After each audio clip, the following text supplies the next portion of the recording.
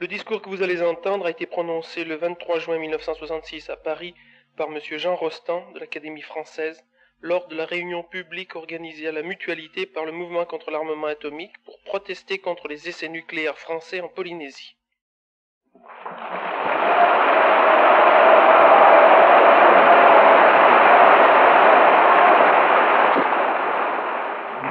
Chers camarades et amis,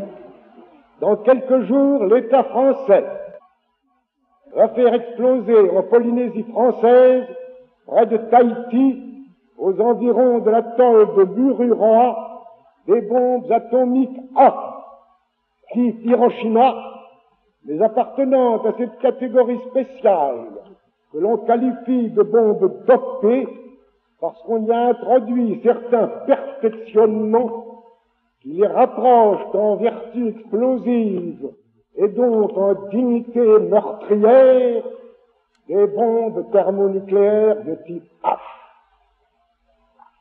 Il eût été inconcevable qu'à l'approche d'un pareil événement,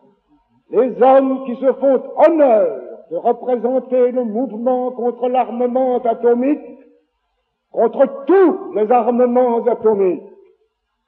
n'élevassent pas une protestation indignée.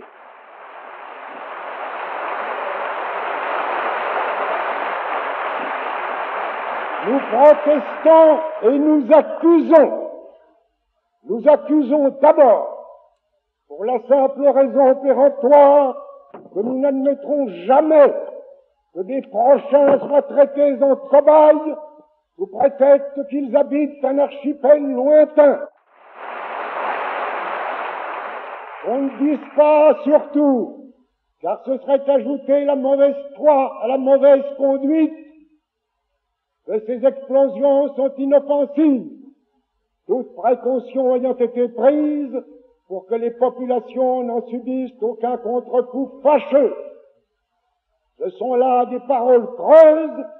car toute explosion atomique à l'air libre, où qu'elle se produise et quelques précautions que l'on prenne, libère à grande distance,